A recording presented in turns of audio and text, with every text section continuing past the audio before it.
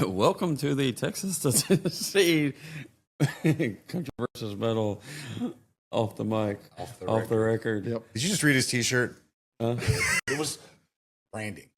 Branding. Or make sure you get it right. Yeah. I was just trying to remember everything all at one time. Was Better yeah. stuff. And Aaron's he's the professional in the room. I know. I am not professional. Oh, Keep this Trust thing on me. the I rails. was like, wait, you get paid? You don't want to know what my bill for this week is. I'm already in how deep I'm in. Probably close to what you got. Probably. Favorite thing at the festival so far? Oh man. To be like, thank God I have this block right here. Because man, never mind. My favorite thing? Yes. Mickey and the Motor Cars. I finally got to see him. And a lot of people have been, excited about Cross Canadian Rag Week with that whole energy and everything. You can definitely find that magic in Mickey and the Motor Cars. Because I hung out with Pablo, I had no idea of how like a massive player he is and how versatile. Yes. And Bill Corbin was rocking the bass. No Bill, a bunch of times. Met Gary, re-met him last night. Different Gary every night at Mile Zero. Yeah, it was like Memento. Like, hey Gary, he's like, hey man. The 50 Shades of Gary. Yeah. It's pretty accurate. And I mean that in a positive way, Not negative at all. Not Yeah. whatsoever. Yeah. I 100% understand what you mean. Uh-oh. Shut off. Now that turned off. We're good. Continue. Mine would honestly, it's the same as a lot of places as far as just seeing the street party that night where we're around in the side and just seeing all the artists together.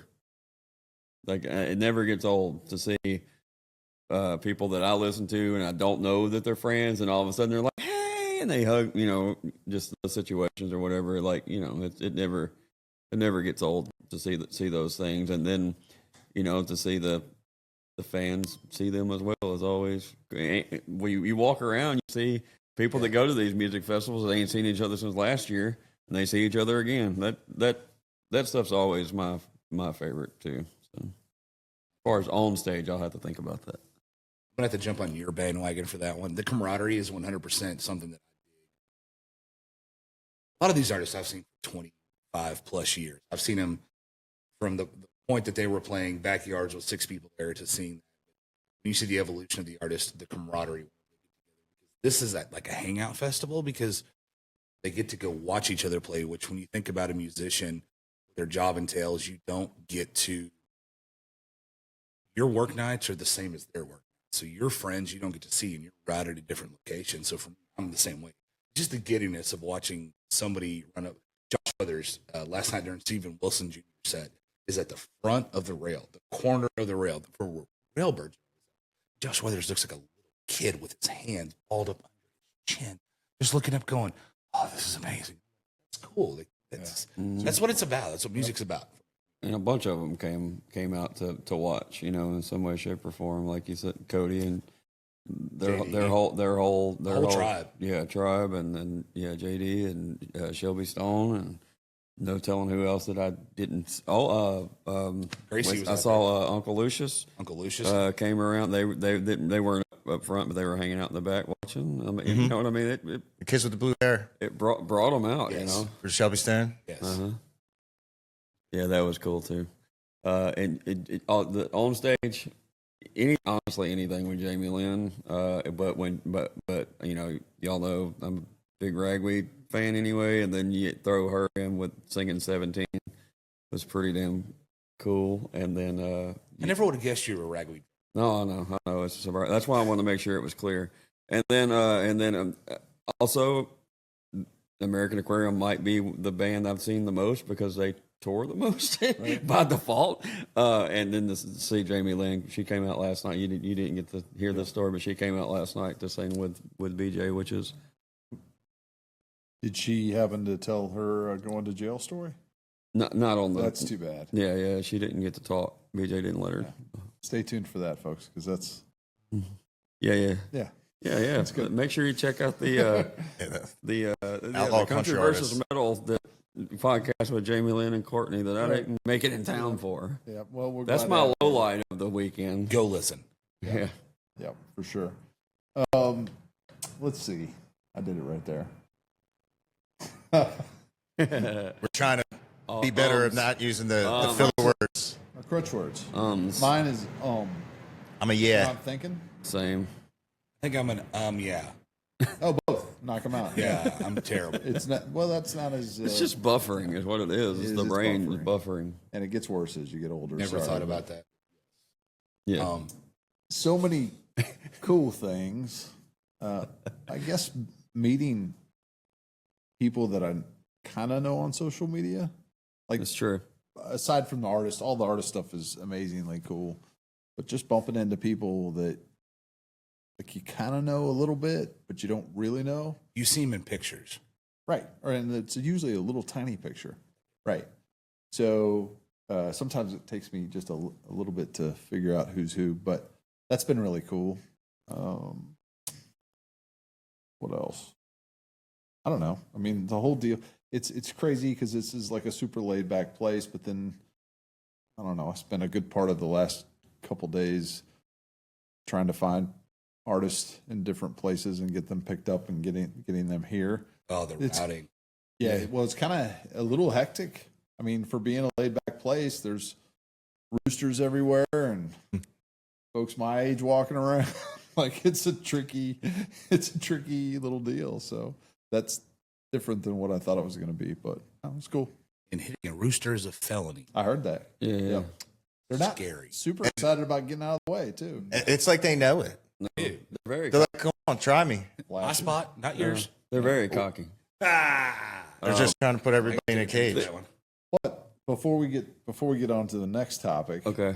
I do think you need to tell the story about the name and Okay. that All whole right. thing So- last so night. That was That's a big deal. That came to me too. But I'm trying to recall the whole. You know, the weekend's not even the week's not over yet. But I'm still trying. Like, there's been so many little moments. Right.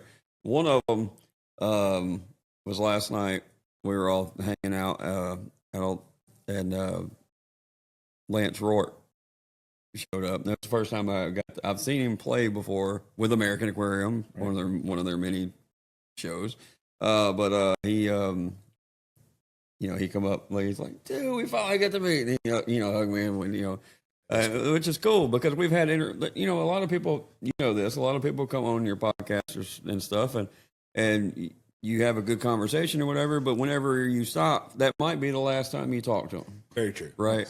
Not nothing wrong with it. It's just everybody's busy or whatever, right? But then some you have small relations with along the way, and like Lance is one of them that if he's on like a TikTok live or whatever, we'll stop in and BS, and he'll stop in and bust my balls or whatever, And same with JD Graham. To tie this back in, I met JD for the first time this weekend, which he's been really cool to me on and off the podcast, which I appreciate.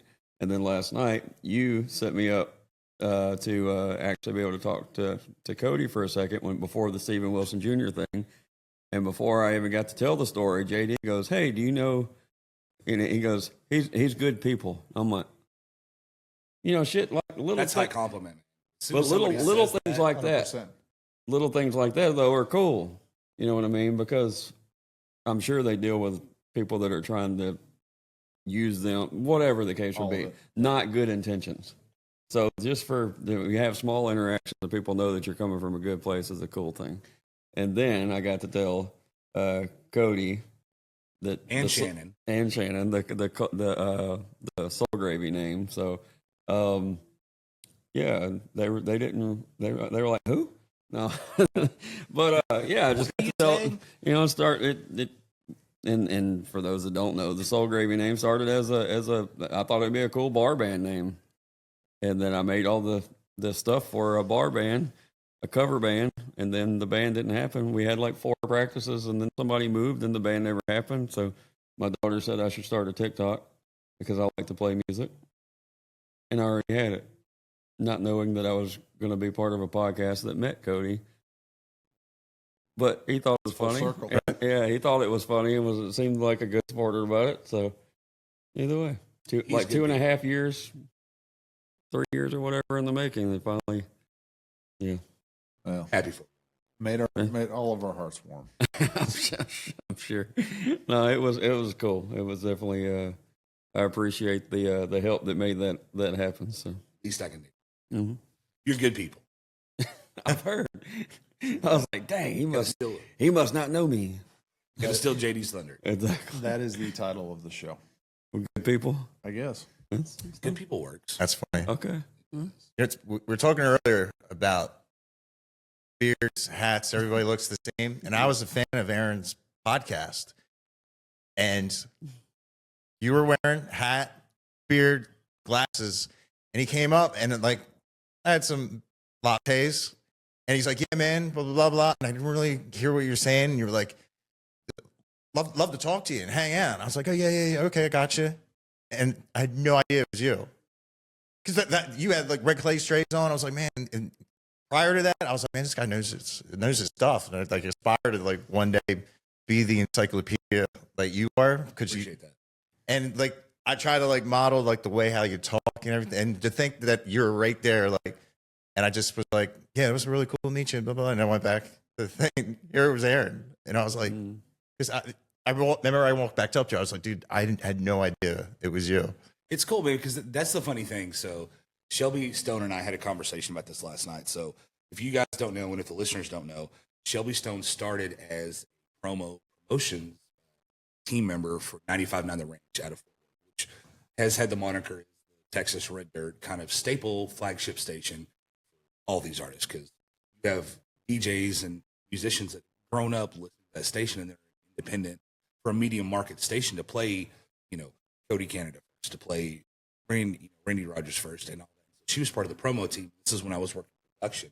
So her and I have had conversations over that you're going to meet thousands of people in your lifetime.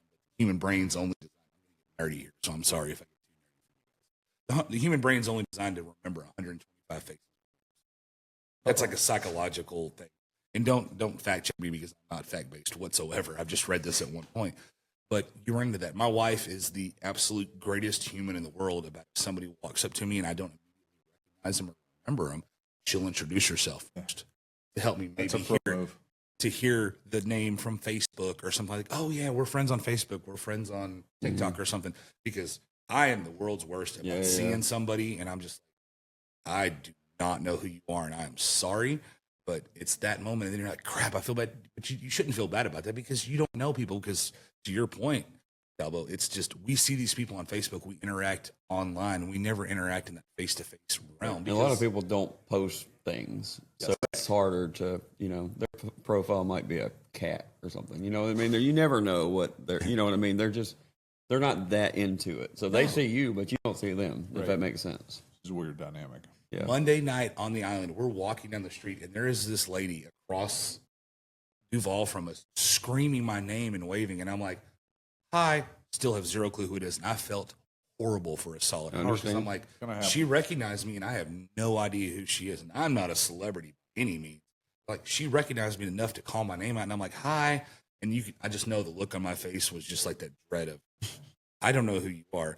And I'm not a young guy anymore, so my eyesight from here to that chair, Who knows? huh? Okay, cool. I don't recognize your voice. You're not my daughter. You're not my wife calling my name or my friend, so I'm not necessarily going to recognize you. It just happens. But yes, I made it a point to make sure I went up to you and talked to you. I was like, this guy's legit. Well, and to be honest, that's why I like hanging out with Patrick. Because everybody recognizes Patrick. Yes. And nobody cares about, which is awesome. That's as close as I want to be to famous. It's just being next to Patrick. Right. Yeah, it's awesome. I mean, he's kind of got a following. Yeah. I guess. A big one. If you're not following, go subscribe and listen right now. Yeah. Country versus metal, folks. It is wild. Because I really started the channel to like absolutely insult country music.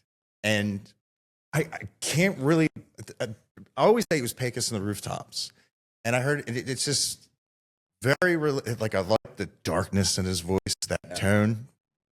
But I didn't miss anything. I was like, these guys playing like Mesa Boogie amps, like just got some crunch to it. It doesn't have that, you know what I mean? Which I do like now. It took a little while, but yeah, to have it come close to 500,000, and I can walk up and Cody Canada knows me and Shannon, like that's mind blowing. Just talked to and hung out with Mickey Braun, you know, like it's incredible the amount of experiences of like, because I play music and there's nothing like I don't have musician friends. If I tell someone I'm in the music, they're like, "Why don't you get a real job? Why don't you grow up? Aren't you a little old?" And I'm like you talk to someone that's not a thing in their lives. It's just sucks because I don't talk sports. I don't know sports. Because like it would be the same though if somebody like actually played sports. Talking like if somebody's a football guy, and then they come around like just go to the sports bar and hear people yelling at the TV that don't know what they're talking about. It would be this like the same controversy. You know what I mean? They can't relate to it because he can't talk to them because you know what I mean. They don't know what the what rules. Well, no, they're just looking at it from a different point of view. You know, they're looking at it very generic, like very base, and he's very in depth. There's no and it's a appealing similar to thing, you know what I mean? You know, you pay attention to parts of music and stuff that other people just might not, they know the song, but they might not even know the artist or the name of the song or care to know any of it. You know, so. Can I interject to follow up on that? Okay. So I have a theory. This is not written anything in stone, but I feel tying in with both what you were saying. So you talk about art and people who practice art. The person who isn't artistic is never going to relate to what you're doing. Same thing with what you're saying about sports. A painter, a carpenter, a chef. You're never going to have that. You're going to have the surface level understanding. When it comes to music, I have a firm belief there's 3 categories of people who listen to music. The surface level, which you just talked about. The person who's going to hear a melody and a tempo, they're going to tap their foot, and I like that. But they can't tell you who the artist is. But the second person who has music, they buy CDs back in the day. They download songs. They have particular people they follow an Adele, they follow a Stephen Wilson Jr. Anybody of that have audio files. You're an audiophile. You play music, you understand. You're an audiophile. You play music.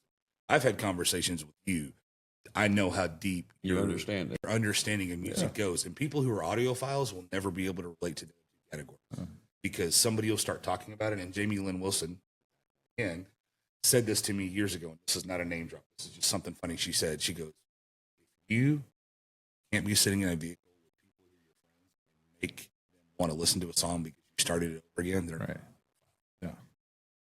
like she said that, and I was like, I've ever heard. Right? She picked that up in jail.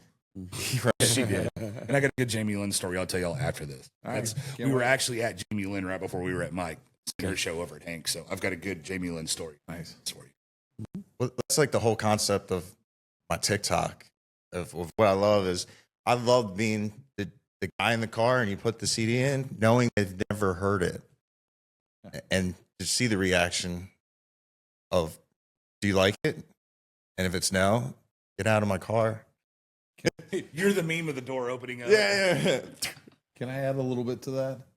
So being a country versus metal historian, like what I do think that it was Pecos, and then shortly thereafter was Geo. Oh, I love those guys. Jinx. Those 3, and you turned the ship at that point. You're like, wait a second. There's this whole other. It brought those aren't the same either, though, which is cool. No, it's 3 different categories. Giovanni and the Hired Guns. I could see where Giovanni would appeal to you. Blink-182, Raised by Roughnecks. Yeah. Okay. I remember I couldn't pronounce Aola. I still can't. Ramon Aola. Well, doom doom doom doom doom. It's the thought that. Also, that was Dylan. That's Dylan Wheeler. Also, that was the point where I think, in terms of what you had going on, people would start to watch a video that listen to a song that they knew and really liked, and it was really cool for them to watch and see you relive it it essentially let them relive it for the first time all over again. And we all have Right. that moment, or many moments, or however many moments that we would like to be able to go back with an erased brain and hear that again for the first time. And I think that is what worked, at least during the old setup of that social platform that kind of I started talk too to much. take Let's off. go. Yeah, People also like you had a to hook. people also like to see people, or they like people that like the same thing they like. Sure. A commonality club. thing. Yeah, I mean, Yeah. it's a you know, if you were like bitching about one person, there'd be comments, people like, yeah, you know what I mean, like they would find you to agree with you or disagree, you know what I mean. They would yell at the clouds one way one way or the other, you know. Yeah. It's, But it's I mean, again, I think that's, I've always thought about, I'm trying to remember who sent me down that path. You know, I'm not a Texas guy or anything like that either. And, you know, I grew up on mostly 90s rock, you know, and then of course grew up, my family was all, you know, older country music. But as far as when I found that the other stuff, it's really hard for me to remember. And oddly, I think it was Blackberry Smoke, which is not really in that vein, but it circles back Ish, around. I really can't remember, but I think, I mean, I saw Ragweed was probably the first one that I saw. I didn't know that they were, because they were opening for Dierks Bentley way back whenever. Yeah, makes sense. I wasn't in the scene of where they come from. Right.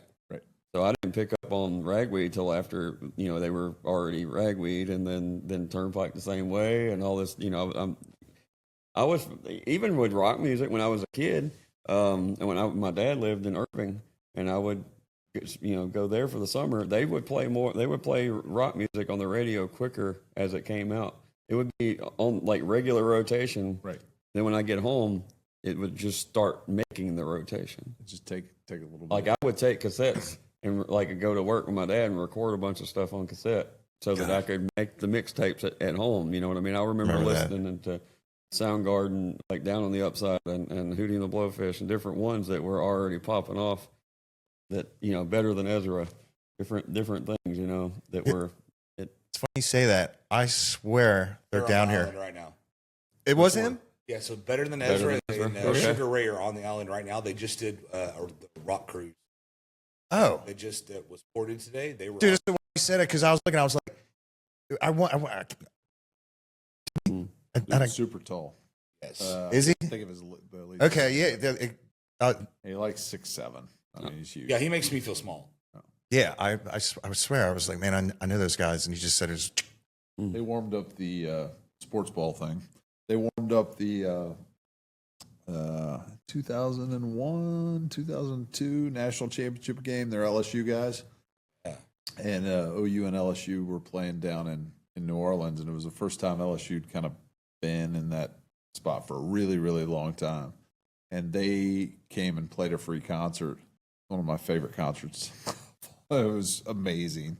And they're all up there in their LSU gear and whatnot. It's, I'm gonna fangirl a little bit there on the island. I have to look for him. Go chase him down. Mm-hmm. Yeah, stay tuned. So friends, if you're on the island, you talk about the rock. It would be music good for you to come on the Hey. podcast. and Better Than Ezra. Out there. Uh-huh. You talked about the rock thing in Dallas. We had Deep Ellum. So I was a '90s rock prodigy, grunge and everything, but we had kind of an advantage with it because Deep Ellum, we were getting a lot of the acts early. The Toadies and the Well, because the Toadies are out of Fort Worth, Pantera's out of Fort Worth. Like Deep Blue something. gotcha. I'm trying to think of some of the others. Josh Joplin. On Collide that Howie Day. Nixon's right of Oklahoma, OKC. Also had Flicker Stick, Tripping Daisy. I mean, you had a lot of these bands that were staple bands. Obviously, they were national. They were Pearl Jam, Right. Soundgarden. But because they were based here, back home for Yeah. me in DFW, also had Bronco Bowl, Denton County. That was massive because Bowling for Soup. That was like home bar. So naturally, you'd have these other acts that would follow in that were in the same veins. All rock, post grunge. They would always follow. I mean, yeah, Todd Lewis and then Burden Brothers right after that. So that's how all that really mixed in. I can remember seeing Creed in 1996 playing at Curtain Club. And I want to say that was like kind of when My Own Prison came out, when they were first like on their way up. But then you turn around and you'd have other bands playing constantly. And then they had Blockbuster Music Fest at Texas Motor Speedway in 1998. Yeah. We had it there, so that's kind of where you got that early punch. I feel like this would be a great time for you to have a Creed joke, but I was trying to think. yeah, I was trying to think saw of you one. working. I teed it up for you. Yeah, I couldn't. Yeah, I was trying to think of that album and It'll be on the the small unedited clubs, version. and I just couldn't. I couldn't. Well, either way, that whenever they got on the rise, they were welcome with arms wide open. Yeah, So there it Hey, is. stop. That's good. Hold on. that wasn't on the same album, but that's the most I could come up with on It that. worked. Yeah, okay. Once they got out of My Own Prison, that one wasn't as good. Anyway, Appreciate the effort. I was also thinking that they played at the Mid-South Coliseum in Memphis, or where Elvis played too. We were talking about where Elvis played around town, and that was a building that needs to be condemned, but they won't condemn because Elvis played there. Played it, right? Yeah. That's it. So it's now a historical. Yeah, you can't go in. Oh. It just looks like a Shout out to the Astrodome. Cheers on okay, that. the same thing. Right. I Okay. think so. Gotcha. Understand. It probably should be torn, but we saw it, a whole bunch of I get folks it. there at that place. Though it was cool. But anyway, we saw Creed twice come through town. Aaron, what do you have? What do you have that you're really looking forward to that you haven't done so far? So I have known this redheaded musician out of Oklahoma since she released her first single. I've never Oh, fantastic! Caitlin Butts. Shout out to Caitlin. That's my looking forward to. But Tanner Usry's a great friend of mine. Getting to see him go back on the amp stage this year. Love Mile Zero Fest. I give all the love to Kim. Oh yeah. Kyle and Tina. They put on probably one of the most eclectic, well-rounded festivals. Complete. You're It's in paradise. complete. It's complete. Like, Yeah. I have zero complaints. I have the atmosphere, the history, and all that, but getting to see one of my close friends on a stage, Yeah. rocking it, that's what I'm in music. It's like you talked about, chasing that feeling. The first time hearing it, first time getting to hear Tanner on stage, like I always have that feeling. Every time he plays Beautiful Lies on stage, this is going to sound like a totally weird moment. It works for me when he starts the song. I was one of the first people he sent it to. Had it. What's about to blow you up, sir? Right. Please chase it. Kind of how he always makes sure he makes eye contact with me. That's cool. I always thought he was looking at Roy. Now it makes sense. Sorry, Roy. Good old Roy. But he mentions Roy like 5,000 times. Yeah. No, I don't have a name drop. So We'll claim that. we'll work on that. Just give it some time. That was good. That was pretty good. Was that not? No, for a that was- little- It's not bad. No. Not bad. For my nice little. No, he's got a video. Did you? He hasn't seen it. You haven't seen my promo video that I did. No. Oh no, So Just give it some time. I haven't been checking socials, so Okay, it's cool. I've been We'll just talk about driving this people afterwards. around. But friends, if you just happen to go look on my stories right now, I do have a little teaser promo video with me and Tanner talking nice. about giving it some time. Give it some of your time and go check it out. Yeah, but give it some of your time to go check it out. But we were meaning more like the spice. Hi. All right. Well, here's a question. Spicy content. We like asking questions. What is your favorite underrated Tanner Usry song? Like one that hasn't gotten the love that it probably deserves. It's not recorded in the name of his tongues. Okay, well that doesn't count. I want one that people could go out and actually check out. Daytona Nights. Fair enough. Good Probably pick. Daytona Nights. Yep. That was pre Tanner having a lot of success. But Yep. I mean, Josephine's going to be the go to for a lot of people. Sure. Yeah, that's a great pick. Beautiful Eyes is probably the one that Yeah. I like to play the most. Which I like slow sad songs, so that's Sad songs. Like, exactly. Like Mhm. Black Widow. That's a great. It's funny. I saw Tanner with Cody Jenks, and they did a tribute to Ozzy.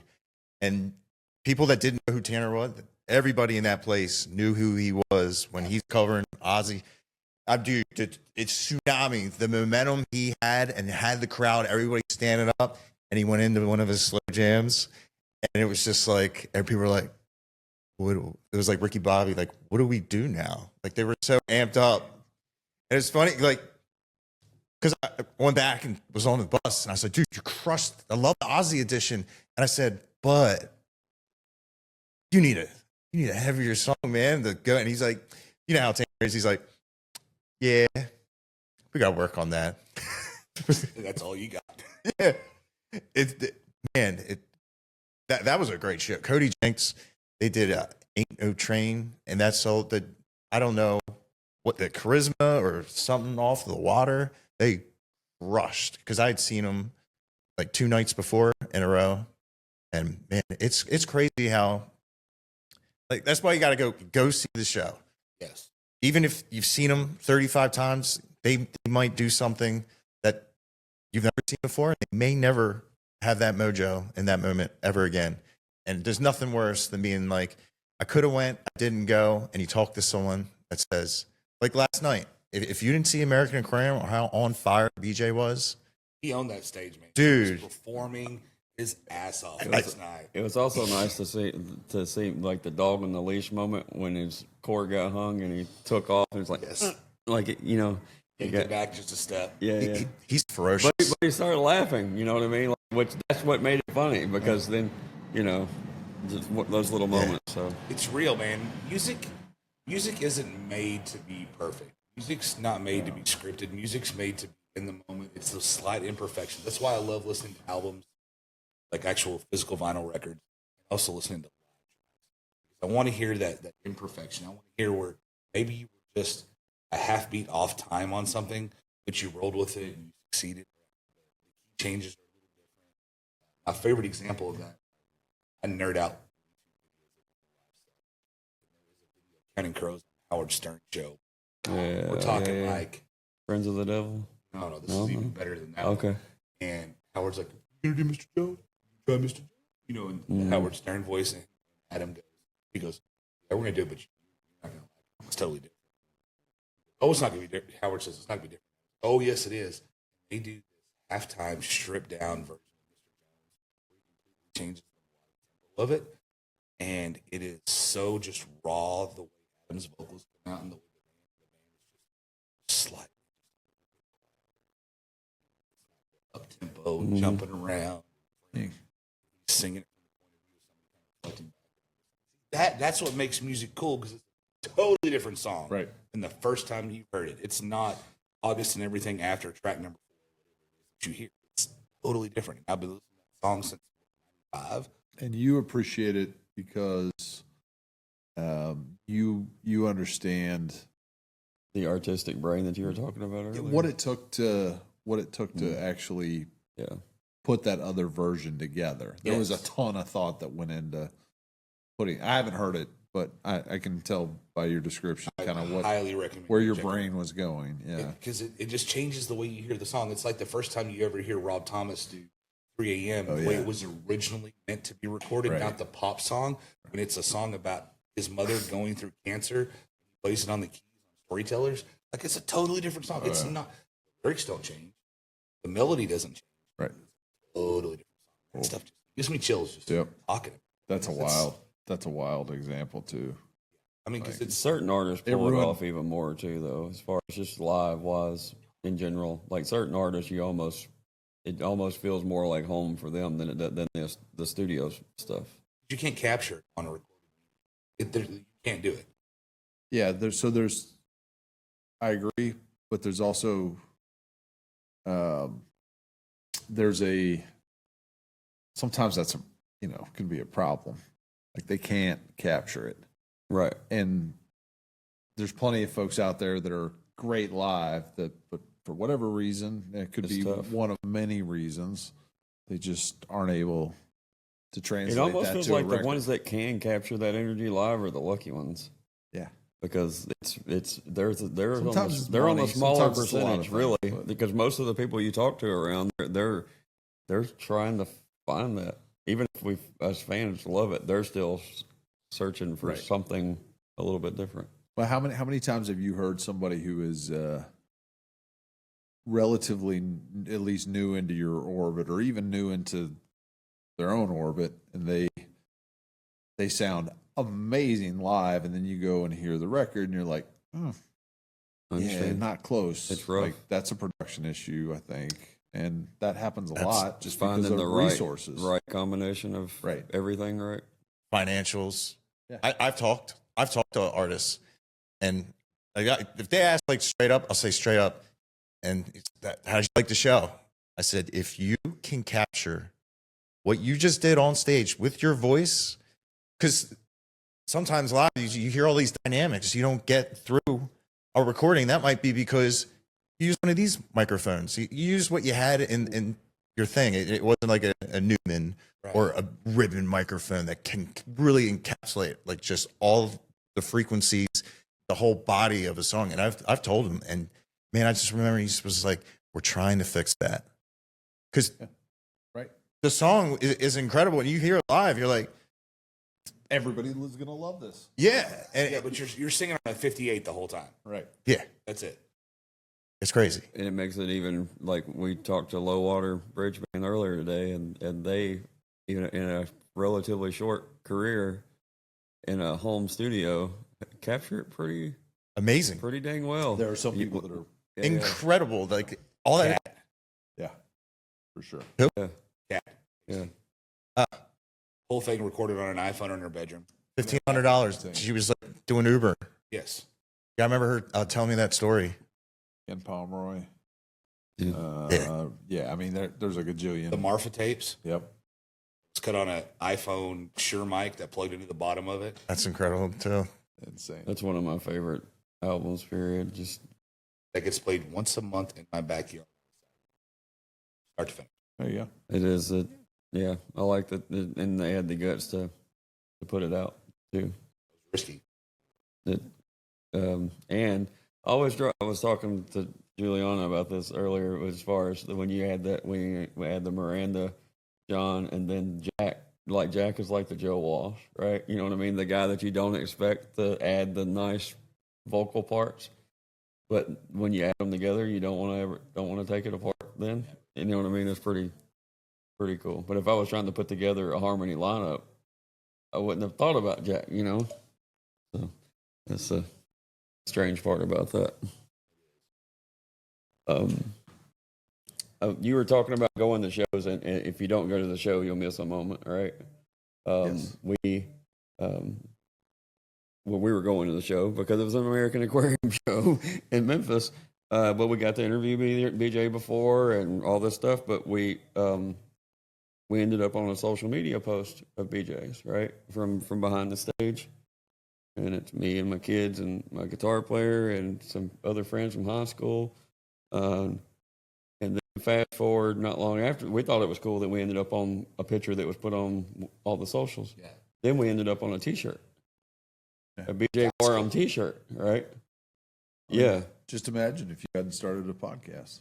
Or went to the show, right? I made my kids go to the show, Right. Because they didn't. My daughter knew a handful of their songs, but my son didn't know any. And I'm like, well, you got like 3 months, learn some songs, because I just think this is a show that I want you to experience, because they're just that good of a live band in a like a 600 room Needs to be cap. You need to go. And also he's enjoyed other ones that he's been to with, Brent Cobb and stuff. So, yeah, and then we were walking across the. I guess after we had gotten through listening to Mike and the Mickey and the motor cars, we were walking back, and there's somebody wearing one of the shirts, and I'm like, "Hey, that's me." Awesome. I know. The guy was so confused at first, and he's like, You don't look like BJ. it is no, it's undeniable. It's because I'd never seen it, and then you look, and you're like, Great, like, just like there's no way in hell I would have ever pieced that together in my life. That situation that That's happened. pretty And cool. It was also like BJ's the ultimate businessman, and he made me buy four $30 shirts. So shout out to him. It worked. Hey, we all need gas money. Exactly. that's right. You get from show to show. Let's see. I got a question. I looked up controversial questions. So Okay. I don't know. I'm curious about AI. How'd you get started in music? Right, yeah. Jared hates that. A bunch of Every people do, human apparently. hates it that plays music. Yeah. We haven't talked about AI the whole time. Like, I'm We just talking about curious practice? your opinions on AI and music. I had a conversation similar to this a year ago with an artist. My thought is right now we're AI. I don't really use AI other than I'm not a Grok user. I'm not a Yep. I'm not a fan. What I see right now, you will never be able to match the human element, the slight mistakes, the slight differences, because AI is going to go off. Here's your prompt. Here's what I'm asking you to do. Here's what I'm researching. Again, this is just my opinion for right now. I don't think you'll ever be able to touch that human element, but I also feel like is AI any different than when we use spell check? AI is fantastic for scratch tracks. See, Remember the ones we were listening to? I kind of on feel the way that to way, the- but if you're not using it for creativity, it's got to be just a tool. Yeah, I mean, auto-tune's been around for how long? forever. And I mean, like, whatever the program is, if you just say like add drums, you just have your guitar. Like you said, like you can envision what you want. Something you could send to someone and be like, play something like this. But in ad, like I've had people request, hey, do a blind reaction to this, and I can tell, and like that's not a human. It's like like you're really tired, and everything looks like it's in 2D, like everything's leveled off. That's how the voice comes across to me. It has no depth. Like it just they try, and if you just really, like, they're never going to sound like Shane Smith or like Ward Davis, but they're trying to.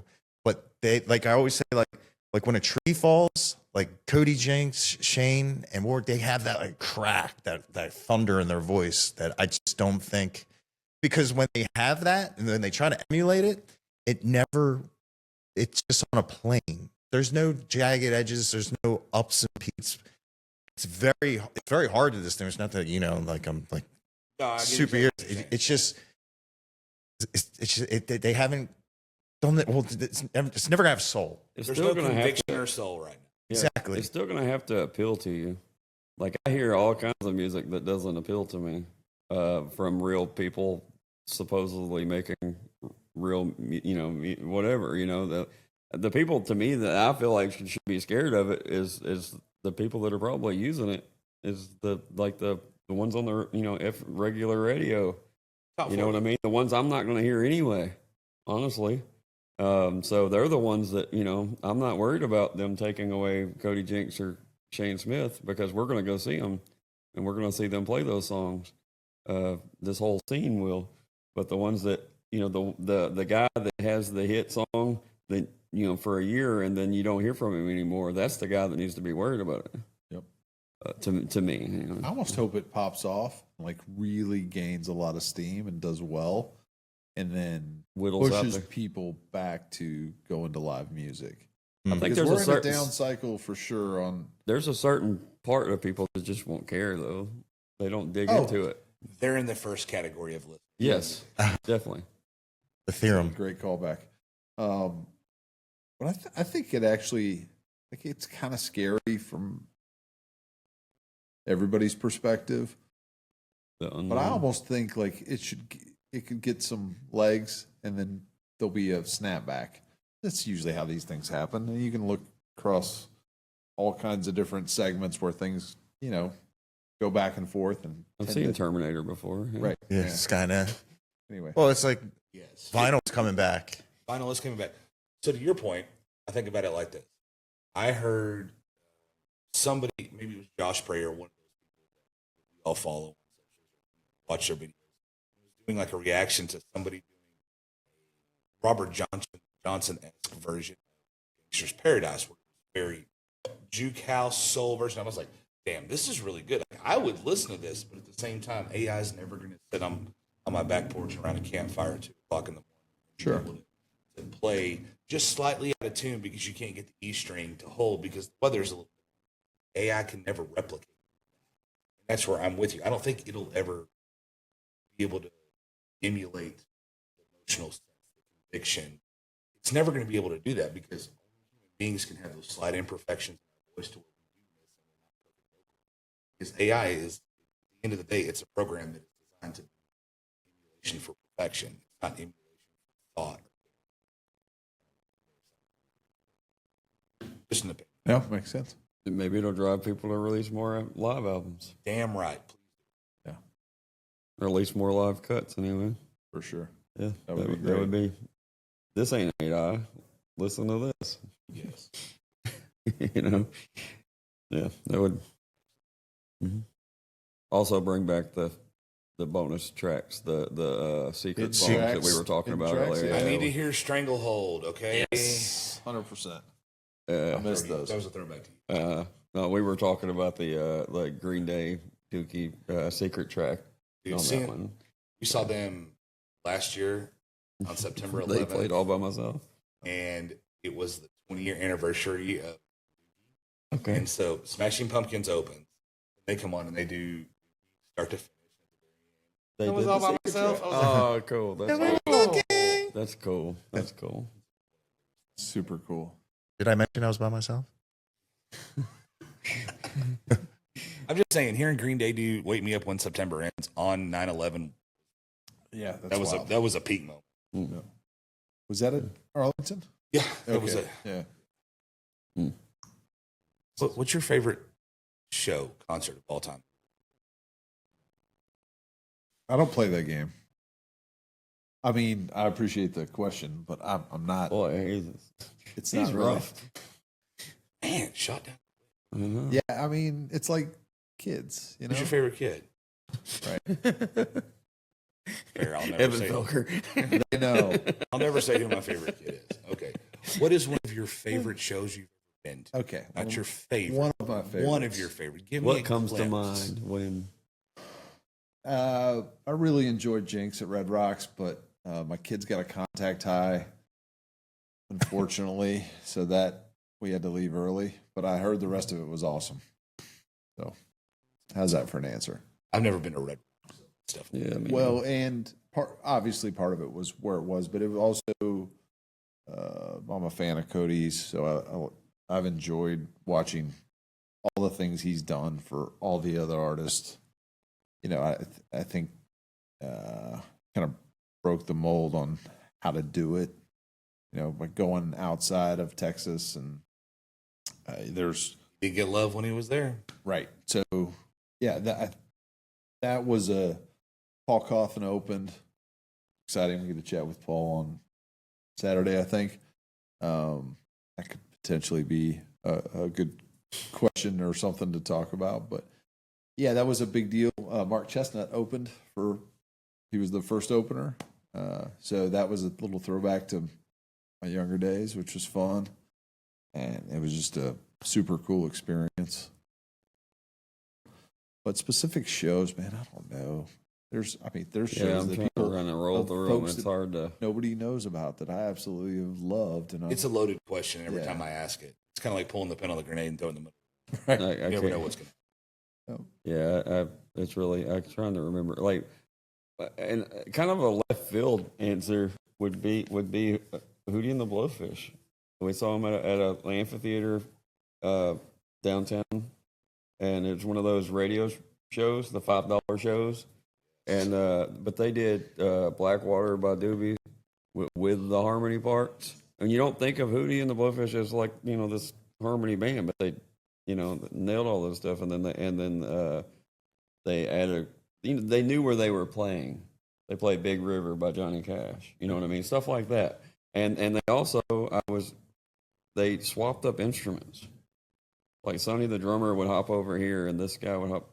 You know what I mean? It was like they seemed like a college band jamming and playing music.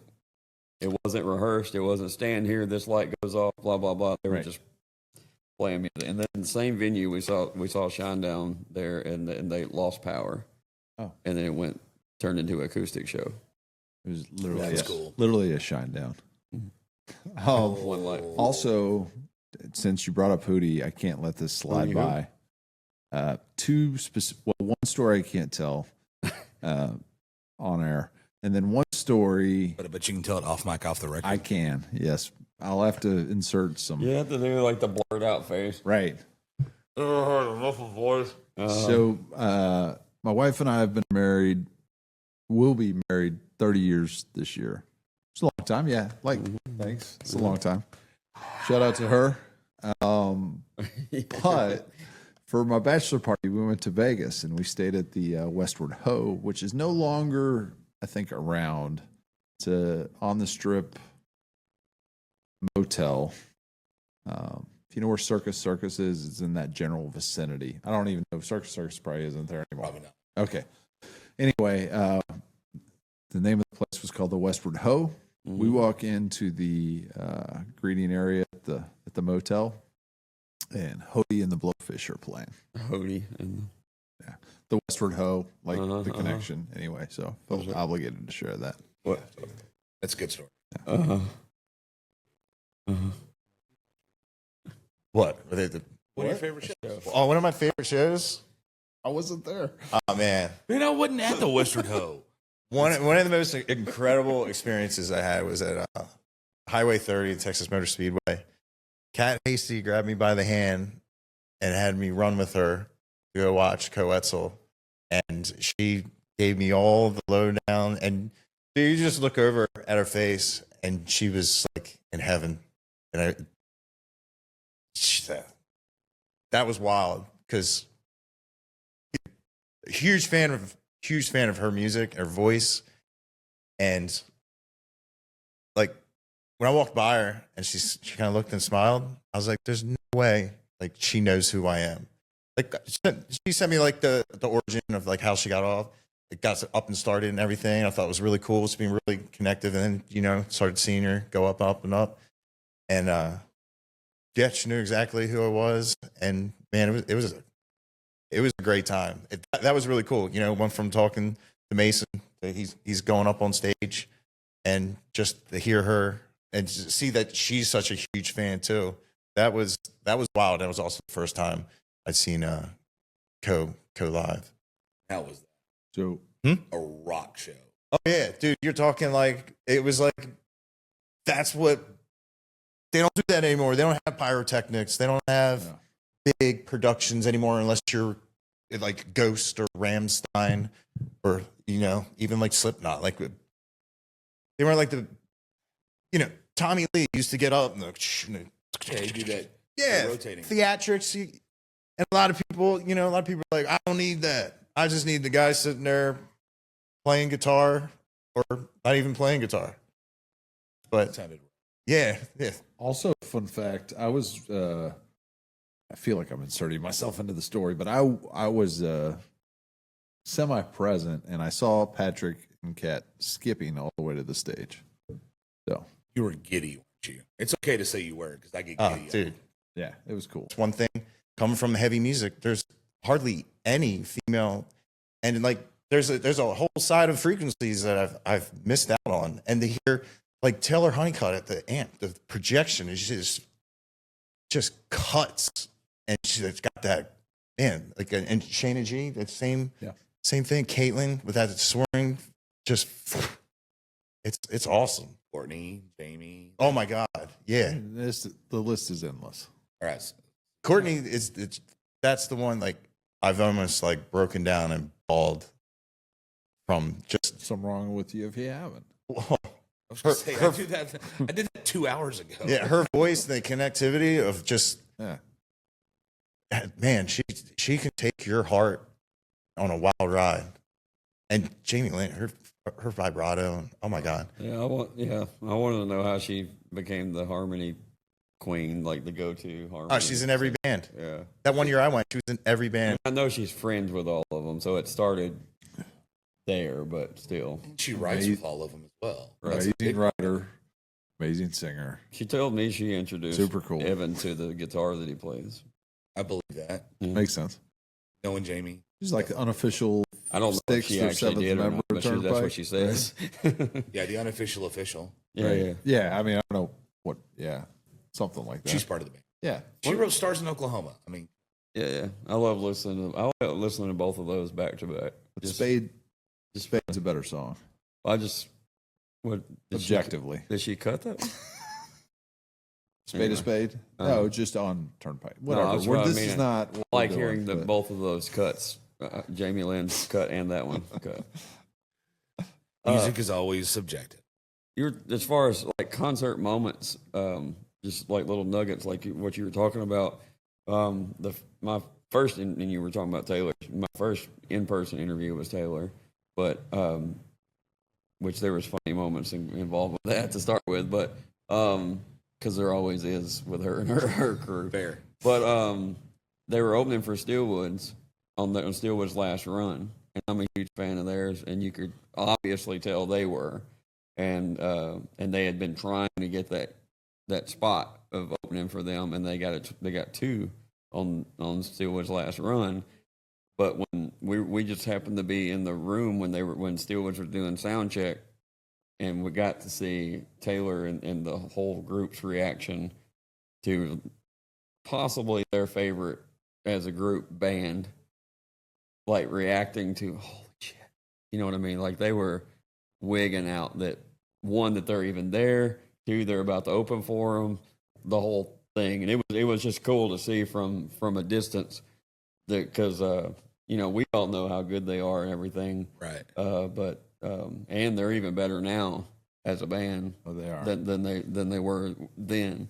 Yep.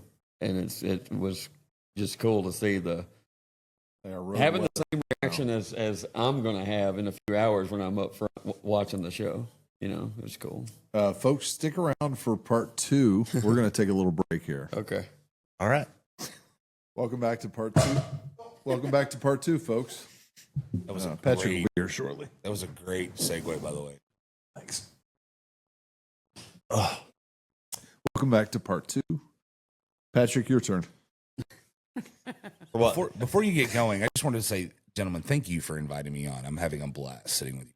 So, big fan of all of yours. Likewise. So, thank you. And thank you for the Nobody, nobody's a bigger fan of you than the three of us, I appreciate it. for sure. So we've learned a lot from spending hours and hours listening. Let me to your get this podcast. mic closer so everyone can hear me like they're supposed to. Yes. And met Aaron at the Stocktober. Oh, yeah. Yeah, The 2025.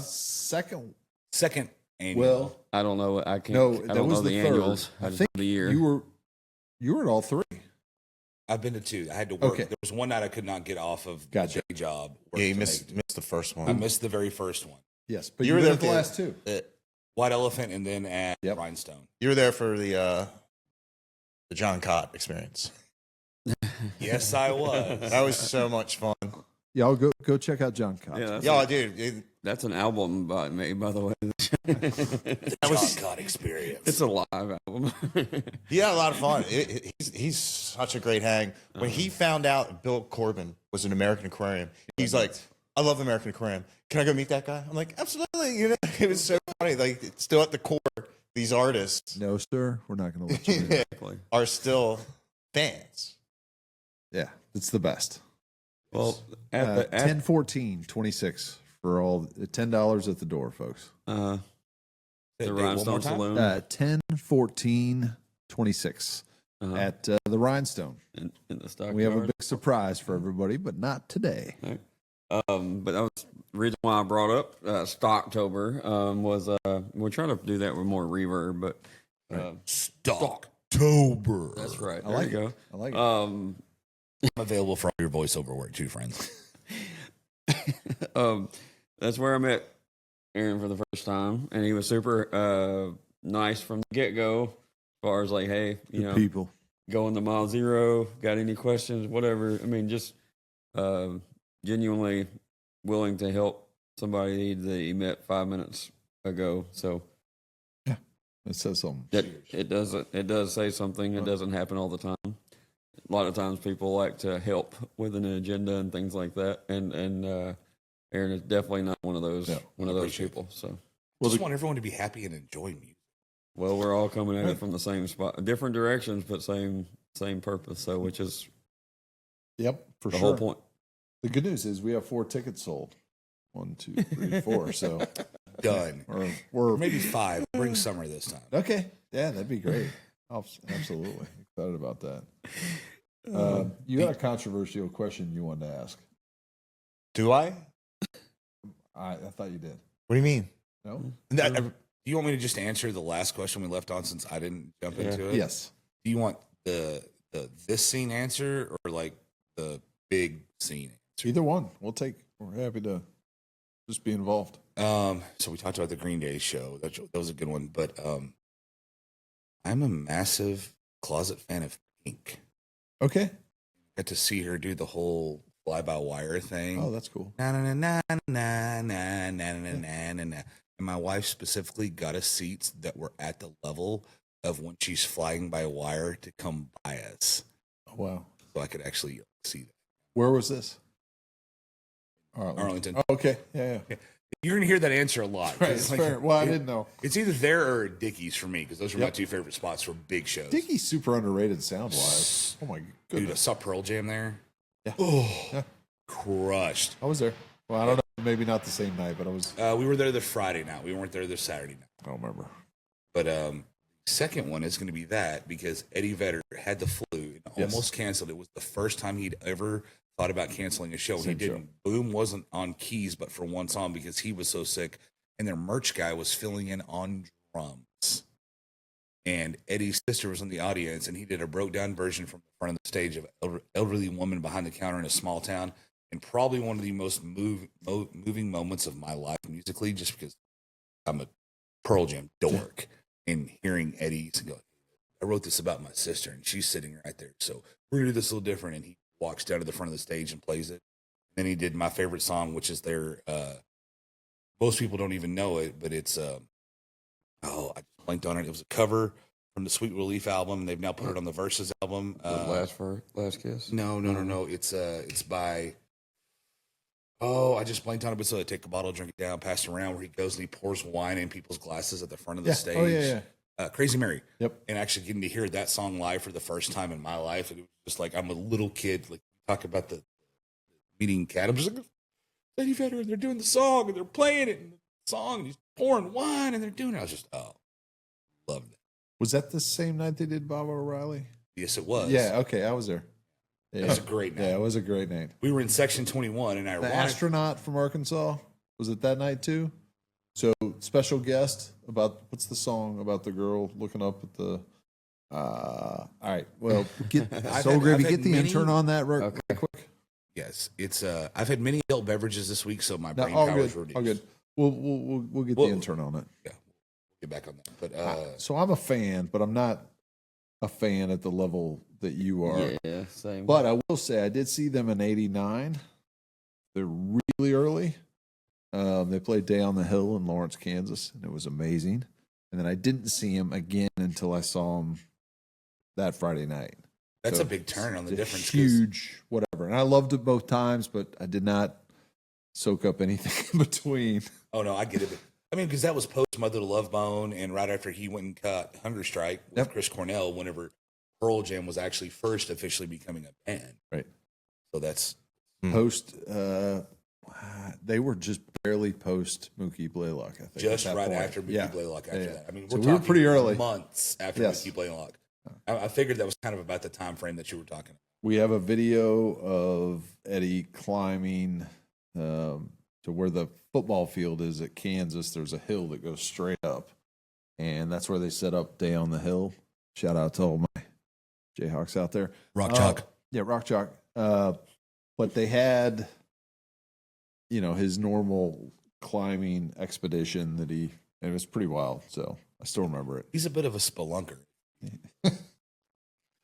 Such cool. My Pearl Jam moment is they played the Pyramid in Memphis, which is now a Bass Pro. Because why not? Makes sense. Because when I think of Memphis, I think of Bass Pro. But it's better than being empty. It was empty for a long time, so it's way better than that. Right. He did I Can't Help Falling in Love with You by Elvis by himself in a pinstripe white suit with the lights just shining on him. And yeah, it's pretty cool. It's out there. It's Pearl Jam's like the dead as far as there's a lot of live recordings out there, and it's on Spotify. That night, that whenever I try to remember dates, right, it's easy because I can just type it in on Spotify. No, Just scroll backwards real quick. Exactly. And hit click. Yeah, thank you for that, Pearl Jam. But anyway, that was a moment. Go to. I'm a little bit of a snob. I don't go to big concerts. I just don't. Like, I know I talked about going to Red Rocks, but that was a exception. That's different, though. Yeah. Right. But it's not my thing. So I did go. What I was amazed at that Pearl Jam show was the ridiculous amount of merchandise. Like, I didn't realize how obviously they have different shirts for every single show, and there's people showing off their shirt from when it's part of the culture. Saw him in 06 in Rio. Right, yeah. And then dude's wearing the shirt. And then like the massive, I think of somebody having a long merch line. And Ain't nothing on Pearl Jam. oh my, line. and there's nothing. 14 tables or however many they have running through Dickie, probably more. And they had the two outside on the patio. Oh yeah, it was insane. Like, Pretty sure I bought there's mine gas money out of a guy's decades backpack. right there. Yeah, That was a long time ago, though. That was actually Things me happen. with the Oh backpack. yeah, sorry. With the backpack. so who knew Pearl Jam? Yeah. I know nothing about him. Never listened to him. All right. Well, It yeah, we talked all- about that. Yeah, all over a girl. I didn't realize that. Like, I it's feel like we should get into that. I'm just saying you're missing out. Okay, sir. Mike McCready. Sometimes when I not like I accidentally listen to Pearl Jam. I remember the first time I don't even know what song. I was like, I've never heard this Jimi Hendrix song, and then I heard Eddie Vedder, and I was like, oh. But now I like, when you're young and you date somebody, and it's like a huge deal, Here and we go. every time I hear Pearl Jam, I see like her face, and it's not like. It's an association thing. I get it. Yeah, let's just say I went to Cancun with a girl. I was on spring break. She was on honeymoon, and I almost got deported back to Mexico. Sir, could you repeat that last part again? I failed the You heard it right. citizenship test. Oh, I did hear it right. And doesn't Eddie have a song called About a Girl? You might. I believe. I know Nirvana does. yeah. I'm probably getting confused. No, And I will it's take Nirvana. Yeah, it's Nirvana. And I will take a stab at the song. He You're was thinking just might have been a texting you. Hendrix song is State of Love and Trust. Be my Okay. guess. That sounds very Hendrix-esque when you listen to I like the song Jeremy. Like the intro to that sounds like one of those double string basses. I thought that was very interesting because that's not a conventional instrument. I hope it's a bass. I don't know. But yeah, and I like the story. Well, I don't like the story about that, But you but like the description of the story. that it when you listen to it, you would can hear have the no story. idea Yeah. of what you just listened to because I didn't know until I was explained that it's about the kid who took his Yeah. life. Is that actually was the kid from Richardson, Texas? Am I wrong about that? I have Maybe no that's idea. just would one of not know. those. Maybe that's one of those urban legends I heard. Could be. I was just You went to Berkner. I was way late on as far as Pearl Jam is concerned of realizing that they were one of the last of the, I guess, like classic rock or whatever you want to call it, 80s rock and roll. Grunge. They were one of the ones that still had real lead parts. even though they and were surviving members. even they were even though well true, but even though they were in the grunge important. era, though they had like classic rock guitar parts to their Yeah. but it was way after the fact before super late, but that which is registered to hang me that you know what I mean. They have because when everybody picks up a guitar and they want to learn something, they automatically a lot of us anyway would go back to the old stuff to the classic rock guys and then you throw in Yellow Ledbetter or something like that, and that's like a real guitar Yep. song. But they're one of the very few that had those kinds of songs in that time period, which is, like I said, I just didn't recognize it in the time. Oh, no, but I it mean- took way years later before I realized they got two guitar players. Yeah, Stone Gossard Real and Mike lead guitar McCready are parts. both monsters For of their sure. instruments. For Right. sure. I just didn't. It didn't. I wasn't looking at it from that direction. I knew the songs, but then years later, it dawned on me. You know what I mean? The difference between them and everyone, all their counterparts. Kudos to Pearl Jam, Eddie. If you're listening, we'd all Yeah. like 4 tickets. Actually, I just want to sit down with them for a little bit. That's always my answer. My wife always says, "Who's your dream interview?" Eddie Vedder. Yeah. No question. That'd be amazing. Eddie. Is that an answer? Is Better. that a question? Next It's question. Eddie Now, Vedder. what's your Move on. favorite chord?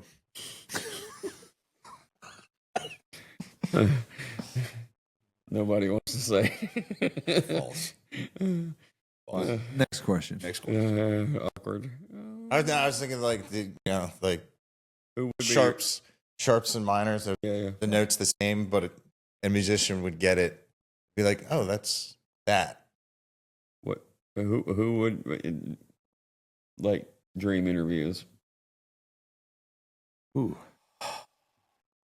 I gotta be honest. Because you actually just said Eddie Vedder is up there, but for me, because this is actually more so than Pearl Jam, like my Mount Rushmore of musicians when I was growing up, it's going to be the most eclectic thing ever. So Eddie Vedder is going to be on there.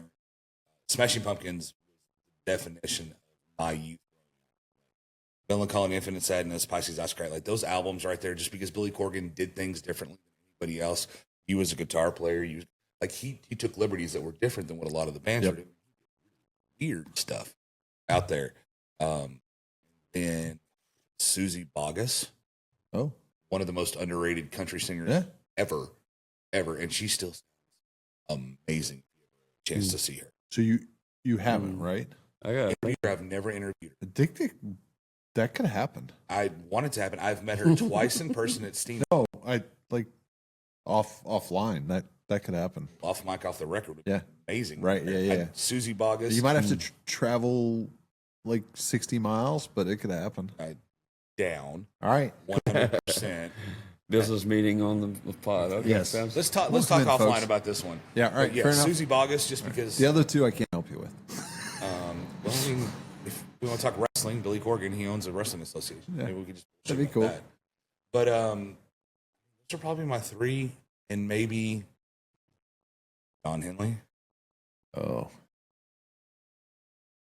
There's a few that I love. I'm not sure if I want to talk to them because I'm not sure how it would Yeah, go. for You know sure. what I mean? Like that goes into my factor. I know one of them for sure. Yeah, you know one of them that I absolutely love, but I also know that Honorary he's Texas citizen. yeah, he's cranky.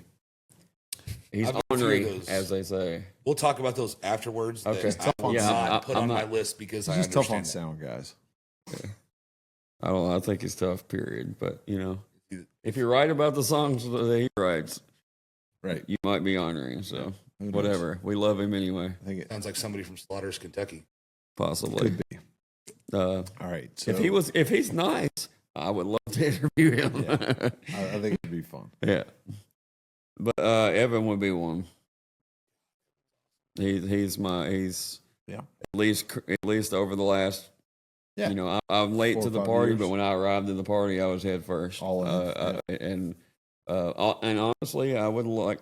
I mean, and I know your answer to this, but I would like to talk to Gabe Yeah. as a drummer. I would like to hear because his feels and stuff. I think he does some of the most unique, creative things. does. Yeah, that I would love to hear about the happy accidents or whatever. Maybe if we get lucky, Bill and yourself could sit down with him, and y'all could make everybody's dreams come true.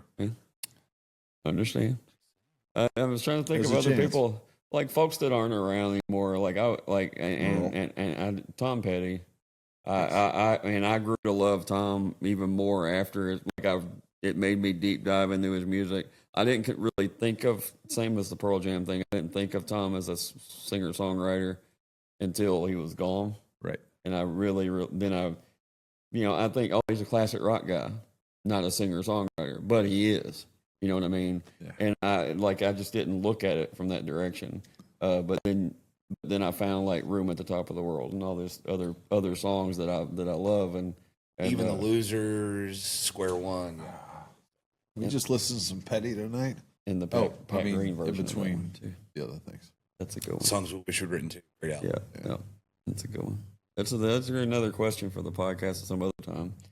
What's your favorite artist cover or some stuff like that? I actually want to just ask, what's your favorite Turnpike album? I don't know. Can we That just was ask tough. that to everybody? That's tough. I can't do that one. Diamonds and Gasoline. I can't really do that. Honestly, because of streaming, like I have literally a Turnpike and another person that we were talking about earlier that the Henri person. Yep. I have a playlist of those two people combined together. Like and when I'm at Sounds work, like a a lot wow. of times I will only listen.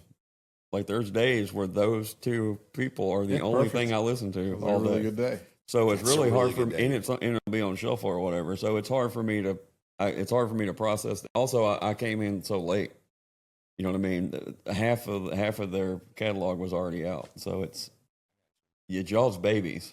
You know what I mean? You were there when each along the way. Well, if I'm assuming I know who the other artist who's unnamed is, which I'm fairly certain I named You where they do. were from. Yes. I feel like we dropped enough hints. Yeah. Well, and if you listen to the I think show, he would admit that he's on. well, if you've listened to the show before, you know that my signature hat comes from that person. Yes. So you want to get into that? You don't have to. No, sure. I don't care. Whatever. Fire away. So you know the hat that I had on last night. You write good words, right? Okay. I don't know. Have I told you? Yeah. I've told you this. I've told you the story. So There'll be a quiz, Patrick, here shortly. yeah, just make sure you take notes. So I am a firm believer of the unicorn artist, the artist you always try and go to see. You have to conquer your unicorns before you move on to the next one, right? Yep. So I had my one unicorn artist, same person, I believe, Yes. accurate of who Yes. you're talking about. And I had made 7 to 8 attempts of going to see this person play. Flat tire, car accident, got the flu.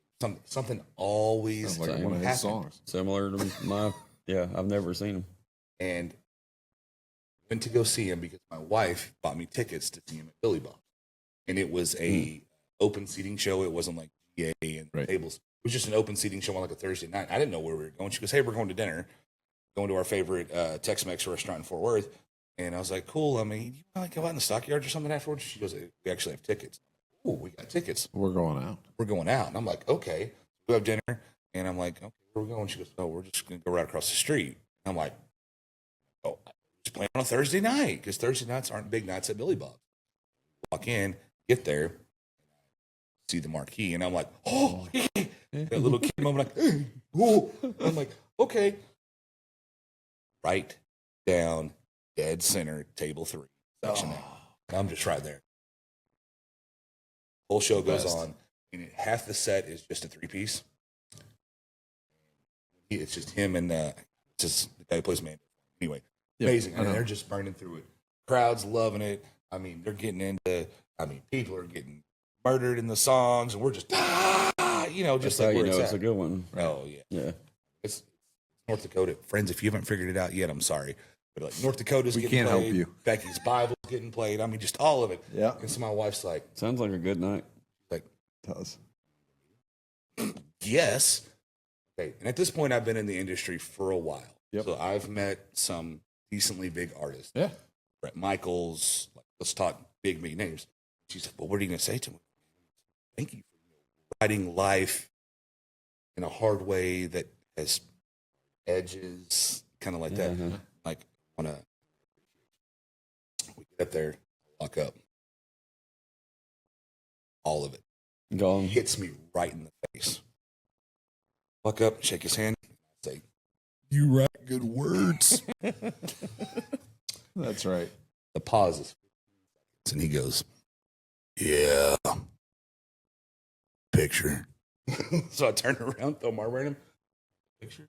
My wife, in her infinite wisdom, I love my wife. She is the most amazing person in the world. She goes, "You have an English degree. The only fucking thing you could say is you write good words. What is wrong with you?" And I'll fix a hat for me of this. I've since redeemed myself, had a conversation. If you didn't know, he has a doctorate in geology. Shout out to Rocks. Uh-huh. Rocks. Yeah, that rocks. That does rock. You missed that one. No, I got it. I stole the mic for way Funny. too long, so it's back to you guys. Sorry. Anyway, that was a funny story. No, that was wonderful. But Folks, therefore, the hat now has to be on my head at every festival we go to. good words are important, just like good people. Folks, that's it. We're done. All right. All right. Thanks for joining us. Appreciate it.